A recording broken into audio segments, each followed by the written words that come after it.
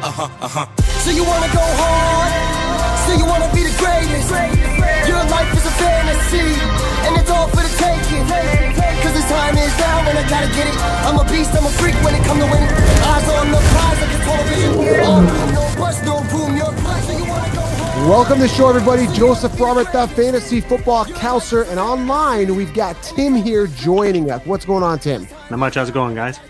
Tim, the NFL draft round 1 is done. So we've got the risers and fallers for fantasy football value around the players that were drafted. So, for example, let's talk about it. Drew Locke, he's got a stud wide receiver. Does his value rise or fall? So we're going to dive into these guys and give you the fantasy football impact of not only the players that were drafted that were fantasy relevant in round 1, but also some of the players surrounding them. All right, Tim, I'm excited about this episode. Are you ready to go? I am, but first of all, you're going to stop referring to these guys as studs. They are. None of them are proven studs yet. Potential studs. Potential studs.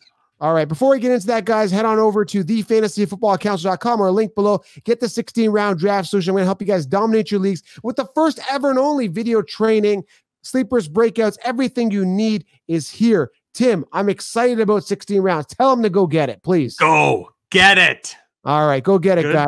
Yeah. All right, Nice Tim, let's just enforcement. dive right in here. I'm not going to waste any more time. All right, listen. All right, let's talk about this draft, okay? One running back was gone. Clyde Edwards-Helaire. I keep calling him Helier, but it's actually Hilaire. It's like Claire, but with like H-E, right? It's like heli air. Yeah. So he was gone by the Kansas Chiefs later. We're going to talk about his impact. But I also want to start talking about the wide receivers that were taken, who they were taking, which guys are going to have that fantasy football impact, and also some of those offensive linemen and how they're going to affect the running backs that are running behind them. So let's start off with those offensive linemen, Tim. Yeah. And the teams that acquired them, because that's really going to help the run game for several running backs here. Yeah, so let's just run through those guys quickly because we normally don't focus on these guys. But like you say, they're going to make some kind of an impact. It could be huge. It could be minor. Either way, they're going to do it. So let's just kind of go in order of how they were taken. So first off was the Giants, who took Andrew Thomas. I like this pick, man. I really like it. A lot of people are saying they're going to take Tristan Wirfs. They ended up going with Andrew Thomas. And again, some of these coaches, they have decisions. Maybe they see something on tape that really shined them or got their attention, right? But again, I love this. Protect Daniel Jones, give Saquon Barkley some more running lanes.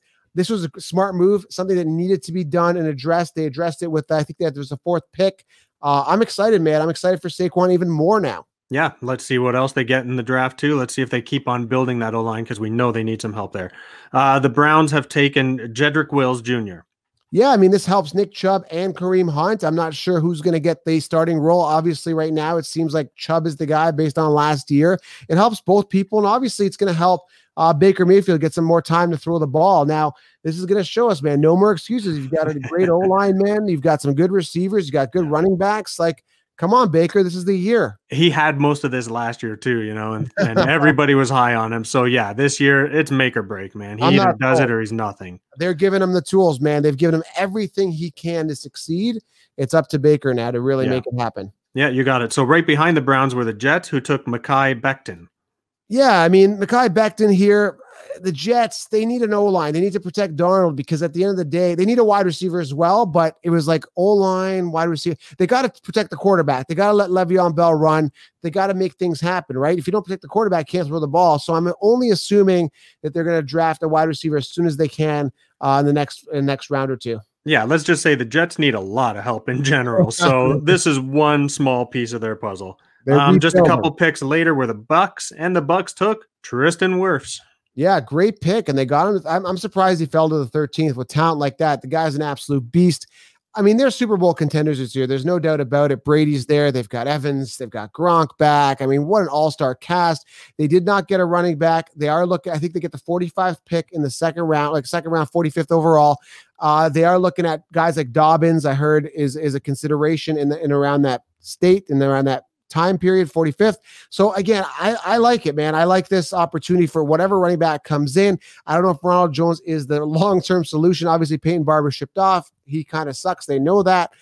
He's buried on the depth chart in Washington now. Peyton is. So I really like, whoever's coming in has got a good opportunity to take the job from Ronald Jones because, again, Ronald just hasn't done anything the past couple of years. Yeah, I mean, he wasn't too bad. He had some decent games last year, but yeah, he wasn't what we thought he was going to be. Let's put it Right. that way. Yeah. So then again, about 5 picks later were the Dolphins, and Dolphins took Austin Jackson. Yeah, I'm not too excited about this at all. I mean, they need to make the improvement. I mean, excited for the pick for the Dolphins, but for fantasy, who do they got now? Jordan Howard. They're going to look at probably getting a running back. By the time you listen to this, be like, oh, they've already got a running back. They're going to probably aim for one in the second round. But as of right now, I'm not too excited. It's going to be a bit of a committee. They're rebuilding. I'm not sold on this right now for fantasy right now at all. Right. So then there's this one. It's not typically as big a deal for us, but the Saints took Cesar Ruiz. Yeah, I mean, at center, he's going to help him out a lot. I mean, I like this for Kamara. Can only help. Any type of O-line help to beef it up, only going to help the running game for the Saints and protect Drew Brees, who's got about 2 years left in him, I believe. Last but not least was the Titans, who took Isiah Wilson. Yeah, man, I love this. It's only going to help Derrick Henry. He's a beast anyway. Why not help something that's already dominating? This is why I like Saquon and Henry. I've got them at 1, 2, Saquon 1, Henry 2 for overall picks, and I got CMC at 3. But again, I love these guys even more now. That's it. That's it for the offensive linemen. Now we can get into the real business. Let's get into the wide receivers, man. Let's dive in. Which guys are going to be fantasy impact? We talked about this off the air. Yeah. There's only 2 guys out of all these wide receivers from the first round that we think could have some significant or somewhat of a fantasy impact to start. Yeah, and that's all we really talk about. So some of these guys, they'll come in, they'll play, they'll make their catches and stuff. But when it comes to fantasy value, I don't see them really being that relevant. So there's no sense even really talking about them. Good for them. They got chosen in the first round. They might make something of themselves in the next couple years. I just don't think they're going to do it right now. So the 2 that we thought were really going to hit, let's start with Jeudy. Yeah, I mean, Judy's in a great opportunity. The only question is the talent of Drew Locke. I mean, Drew Locke only played 5 games, had 7 touchdowns, 3 interceptions. I think he won most of those games. I think he won all of them or 4 out of 5. Either way, doesn't matter. Listen, we don't know the upside or the talent of Drew Locke in the NFL. I think there's a ton of upside here. He's got all the tools. They've got Melvin Gordon. They've got Lindsey as a backup there. They've got Noah Fant, who's shown some flashes of greatness at the tight end position. Cortland Sutton, who's shown flashes that he could be a great red zone target, could be a great receiver. Now you've got a polished route runner coming out of college with upside. All the tools are there for Drew Locke to succeed. I mean, his value is definitely rising as a quarterback, a ton of upside, but then the uncertainty is you haven't seen what he can do. And that's the thing I question. When I get a quarterback, I want to see a guy that's proven. You can see the consistency of the proven statistics. We haven't seen that with Locke. All you got is a guy with a ton of weapons and a ton of upside on paper. And again, we saw this with Baker last year. I think it's a better situation for Drew Locke, honestly. Yeah. Also, Drew Locke had quite a bit of hype going into his draft and, didn't really pan out the way he wanted. I think he was taken later than he expected to be. Right. Didn't get a lot of starts last year. He's kind of moving it forward. Let's see what he brings. But like you say, yes, right now, Jeudy has a great opportunity as far as where he's going to be on depth charts and stuff. All the opportunity is there. Everything's going to rely on Drew Locke. Can he bring it? Now, the guy that I'm really high on, and I think he moves into a great position to succeed, is Justin Jefferson. Yeah, I mean, the opportunity is there with Diggs being gone. I mean, why not? Why not give the ball to Jefferson? I mean, you drafted him in the first round, 20. I think it was 21st pick. I mean, the opportunity is there. If you are looking at a rookie wide receiver that was drafted in the first round, he's probably a guy to do it. The target count wasn't very high for the Vikings last year. I mean, their receivers just couldn't get it going. I think Diggs had 94 targets. He was their top receiver. The year before, though, Diggs showed promise. I mean, he had 150 targets. He did pretty well in fantasy the year before. That shows promise for Jefferson going into 2020. So if you are looking at a rookie wide receiver, this is a guy you definitely want to consider because he's in a position to succeed, Tim. Yeah, and let's talk about his college numbers a little bit too. So he was actually, his numbers in college were way above Jeudy's even. So last year, Jefferson had 111 receptions for 1,500 yards and 18 touchdowns. Right. Jeudy, in both of his last 2 years, was only averaging about 70 catches per year. Yeah, about 70 per year, but the yards were really decent. 60, 600, I believe, and 1,200, something like that. 24 TDs. Now, mind you, that was all over the last 2 years. So I really think Jefferson is that guy. If you're looking at any of these wide receivers, anybody that went in round 1 that you think has the potential to be a stud, this is the guy. Yeah, and the thing about Jefferson, from my notes, from watching the tape, from reading the scouting reports, he's the guy that makes those difficult catches. He's going to get you those fantasy points in the red zone. He's a great route runner, not as good as, you know, a Jeudy, but he's super tough. He'll fight for that ball and get it. So again, if you're looking for fantasy points, you know, this is the guy that'll do it. He'll make those great catches for you. So I'm looking forward to that. So let's give an honorable mention to the one guy, you know, Ruggs. Ruggs has to get a mention. Yeah. The problem here is the team. You know, we just don't think Carr has it in him anymore. So who cares if Ruggs has blistering speed and can beat anybody down to the end? It's not going to matter if the quarterback can't get you the ball. Yeah, and Carr has the arm potential to do it, but we haven't seen it over the last several years.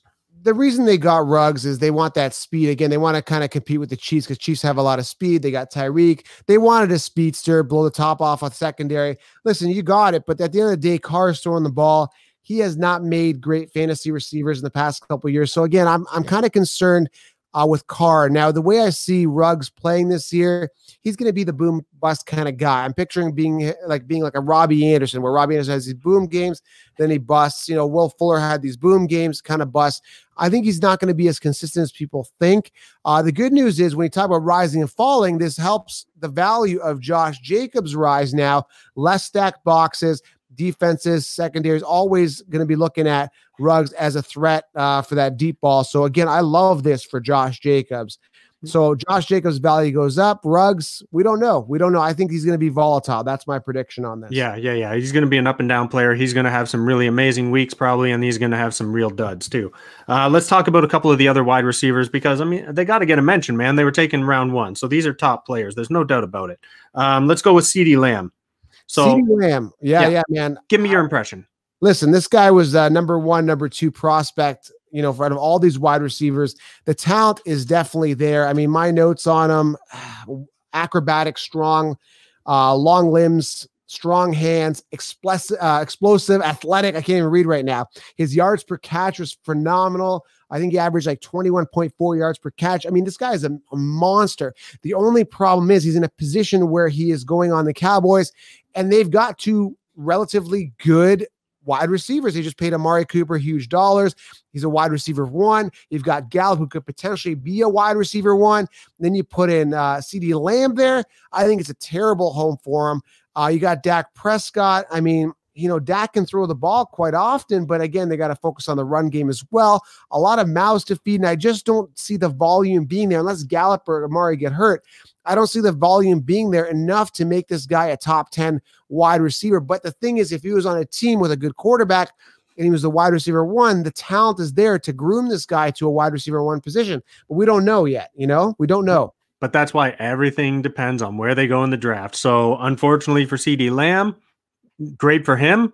He's going to do well in his career. But as far as fantasy value right now, nope, not worth it. Too many mouths to feed, too much going on there. Yeah, I want to add to that real quick. Dak was 6th in attempts with 607, which is great. I love that. Tons of attempts. He's throwing the ball. That's great.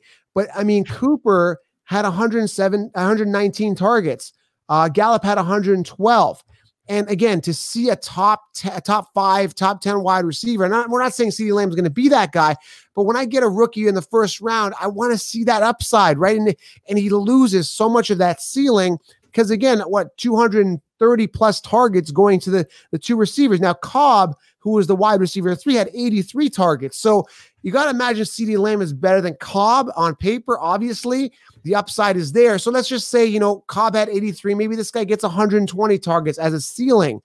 It's still not enough to make him a viable wide receiver 1, maybe a wide receiver 3, low end 2, maybe. Yep. But again, you got to contend with Gallup and Cooper. So Gallup and Cooper values go down here when you're looking at Dak value rising. Right. I mean, I've got CeeDee Lamb as a potential WR2, 3, even in year 1. So right. I would definitely give him that 3 spot, and he could reach that 2. It depends on how things go. Always we have to watch and see how things go preseason. How's he getting the route running, everything coming together, whatnot. We'll worry about that when it happens. Right now, we're saying a lot of mouths to feed, and, you know, I'm not really too concerned about him at this point.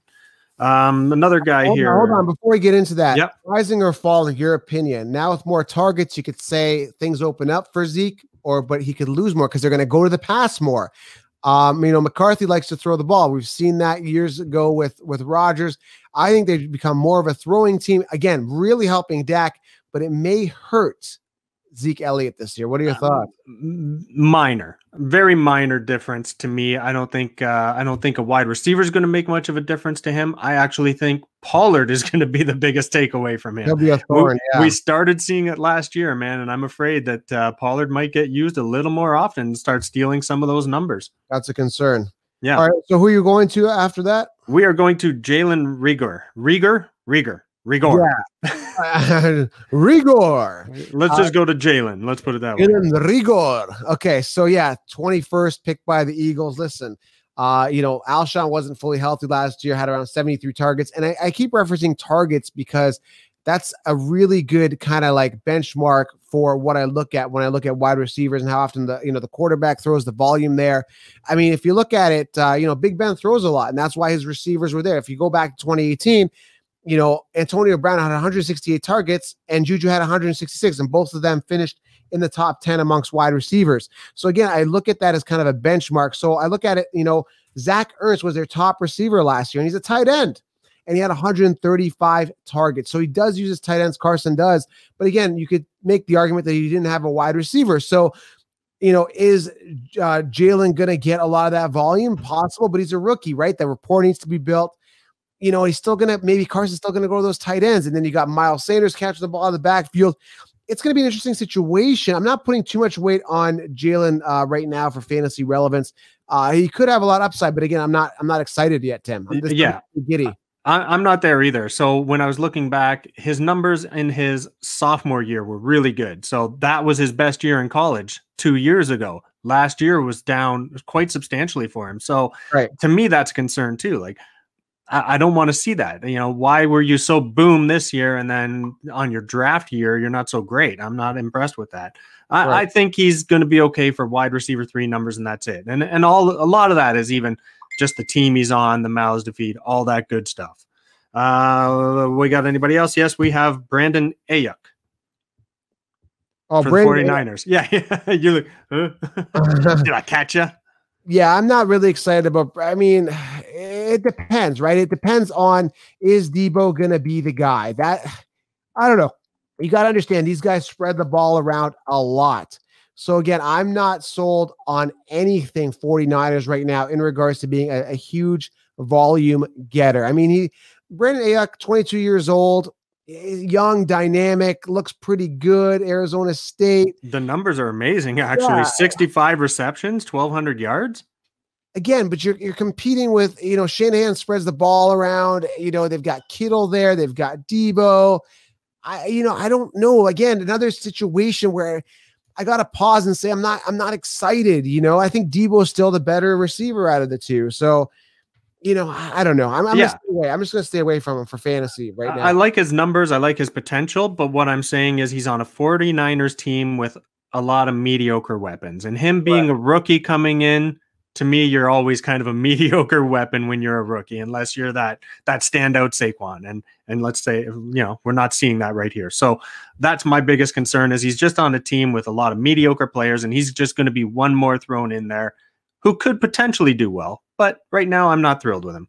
Yeah, I was reading right now some notes here. 49ers said they would have taken Aoki at number 13 if Kinlaw was gone. So I don't know. They're high on him. They're really high on him. I'm not sure what they're seeing that they, why wouldn't you, what are you not seeing? Why wouldn't you look at, Ruggs or a CD Lamb or a T Higgins or any of these guys? What is it? Laviska Shenault, Justin Jefferson, there's a ton of talent. Why this guy?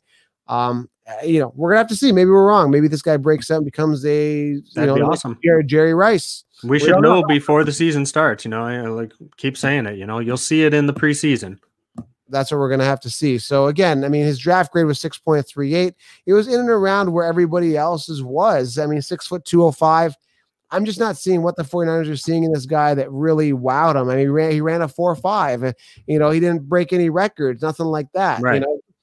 I don't know. I'm not excited. When it comes to 49ers, nothing really excites me for fantasy football for a team that really spreads the ball around. Right. What do you say? You ready to get into some quarterbacks here then?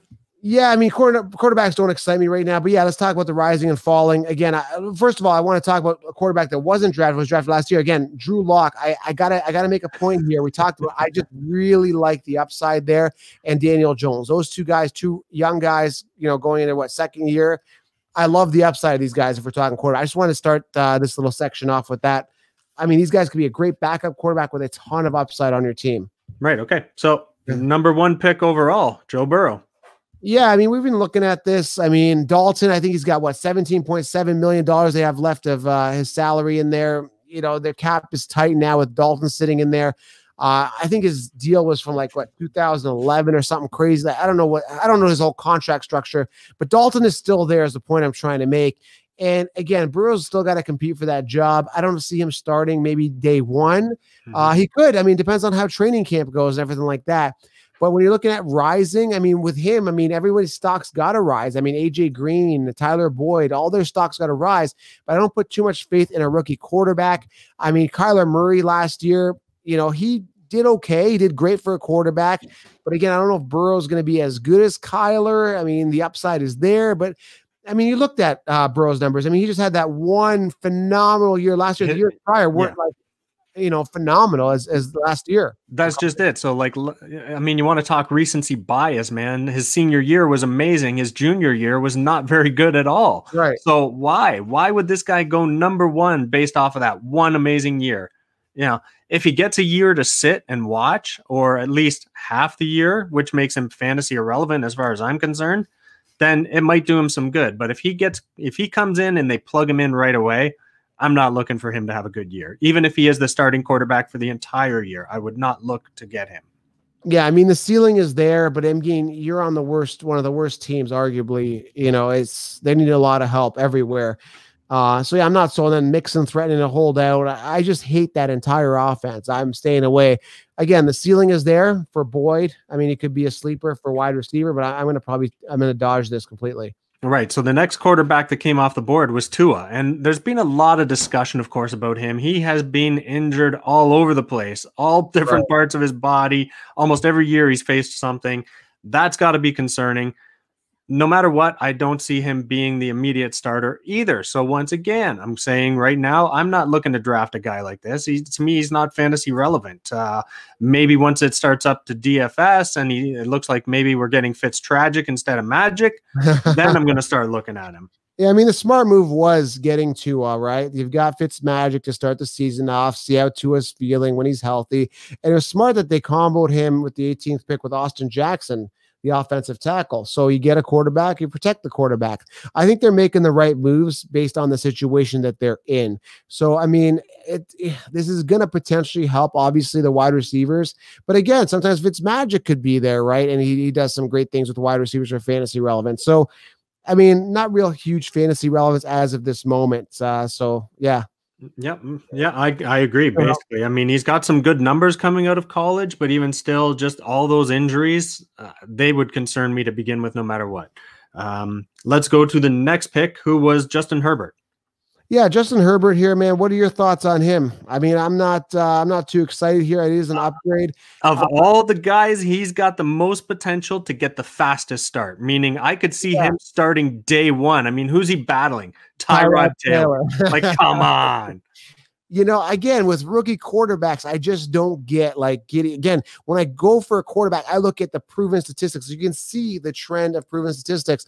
So again, I'm not touching any of these rookie quarterbacks for fantasy. Now, when I saw Pat Mahomes, his rookie, or well, not his rookie year, but the year he was going to start and all that, I saw the upside there. I'm like, I'm going to get him as a backup. I like this, I saw a little bit in Lamar Jackson, a little hesitant last year. I didn't draft him last year, but some of these guys can bring up, but I don't think these guys are Lamar Jackson or Pat Mahomes, but have some upside though. They do have some upside, but again, I would stay away from these guys for fantasy 2020. Yeah. I mean, I pretty much agree with that. I'm just saying, of all the guys, to me, this one has the most potential to get the start and could be a year-long player, but I don't think he's going to be that amazing player anyways. So we'll not worry about it too much. Who else did we have? We have Jordan Love. Yeah, Jordan Love, backup to Aaron Rodgers. Yeah. So bench warmer for year one, unless something tragic happens. Now, there's been so much criticism with Aaron Rodgers and like, is he done? Is he washed up? Will he ever perform on an optimal level again? And I think this is going to light some fire under his ass. I'm excited. So I think this raises the value of Aaron Rodgers for fantasy. And it also raises the value of Devontae Adams, because they were always thinking, I was hearing all this buzz that they're going to go wide receiver in the first round. And now, I guess they believe in, what's his name? Alan Lazard. I call him Lizard. They believe in the Lizard. They believe in Devontae Adams. So that's great, man. Helps both those guys, I think, for fantasy. I'm pretty sure if you could go back and look at it, I was saying a lot of the times, it just didn't look like the standard Aaron Rodgers. He just didn't have that same presence on the field. Right. So hopefully this does light that fire and he comes back to be the Aaron Rodgers of old. No doubt the guy's still got many years he can play. So this could just be a pickup that, whatever. It doesn't matter. You're going to be sitting most of the time. Sorry about your luck. Yeah. So, man, we covered a lot of ground. Is there anything else we need to cover? And did we talk about Clyde Edwards? No, because why? We should. In fact, he's the only running back really that there is to talk about. So he's got a high ceiling. I've watched his tape. He looks really shifty, runs up the middle, bounces off tacklers, great vision, knows for the end zone. He's not a speedster, but he's quick. He's really quick. And I like the upside here, and he can catch a lot of balls. I mean, what do you have, like 55 receptions last year? I mean, 55 receptions, 453 yards, 16 touchdowns on the ground in his college year. But again, 1 year where he's shown he can kind of be the workhorse in college. LSU produced some pretty decent running backs, Fournette to name one of them. I mean, I'm excited about it, but again, you got the Damian Williams factor there. They may ride the hot hand if Clyde gets hot, and they may ride him like they did with Kareem Hunt a couple years ago. So I'm thinking I like the upside, because I'm thinking maybe we can have another Kareem Hunt situation, because I think they're craving that workhorse running back. But I also think part of them is like, let's go committee here. And I don't know. I'm torn on this one, but I think there's a ceiling there. I like him. If I can get him in after, depends on where his ADP falls. Depends what we hear. Depends if he is slated. Hey, this guy's our starter. Now we know. If we know he's a starter, I take him as in the third round, man. Why not? As my RB3. Three-headed monster. Why? There's an opportunity, but it's Kansas City, man. There's so many mouths there. There's so many amazing players already that have to get the ball. So this would just be adding one more to it. I shouldn't say I never. I don't see this being you're our starter, you're our go-to guy every time. No matter what, this is going to be a 70-30 at best split. No matter who it is, whether it's Williams or sorry, I lost the name. Clyde Edwards. Or Hilaire. No matter what, it's a 70-30 at best, but more like a 60-40, 50-50. I just don't see it. I don't see the fantasy value being there. I think that Reed could say, hey, man, I love this guy. He's hot. He's red hot. We're going to keep him on the field. He's our guy. And he ends up getting 250 attempts, 10 touchdowns, 6 receiving touchdowns. I could see this guy, and again, he's going to have a wide open field in front of him. Because again, we've got amazing receivers. He's got Mahomes. He's got a lot of weapons. He's going to open things up, and he's going to have a lot of lanes, a lot of vision. He's fast. He's quick. I like him, man. I think this is great. I think if he was on a different team, I would like him a hell of a lot more. Right. His ability to catch, obviously it's proven, so right. I would be thrilled to have him on a different team. On Kansas City, no, not so exciting. Not so exciting. I don't know. Again, if Williams wasn't there, I would be taking this guy second. I'd be all over. Williams is going to be a pest and a thorn in the side. But again, Williams only played 11 games. So again, that injury, if he's injured, he's just going to screw himself again. I don't think Williams is built to be the workhorse running back. Always a backup. Once a backup, always a backup. I totally believe that for the most part. We've seen some guys emerge in the past, but if you're on the bench for 3-4 years in Miami and you're like a third stringer, come on, man. You're never going to be that workhorse running back. I don't see it, So again, man, this is the upside is there. That's all I got. You like the possibility, and obviously you have to wait till preseason, but I'm not thrilled just because it's Kansas City.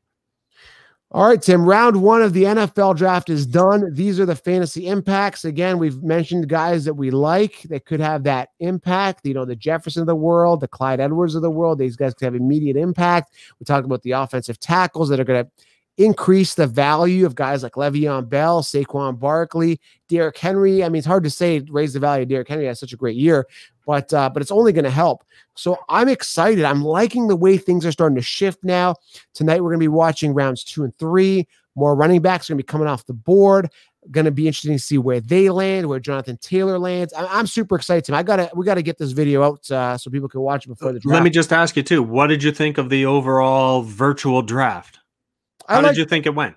I mean, I was so busy posting. I stuff was kind of like, I liked it, man. A little lonely, you know. You saw Goodell at home. It's, you know, that's kind of my feeling. Like, I thought they did a great job doing what they had to do. But man, missing that fan interaction and us not being allowed to be there in person and just feeling that environment, that really sucked.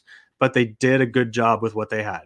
Yeah, it was pretty well done considering. And made the best of it. You had the cameras of the players at home, which was kind of cool, you know, with their families. You got some reactions.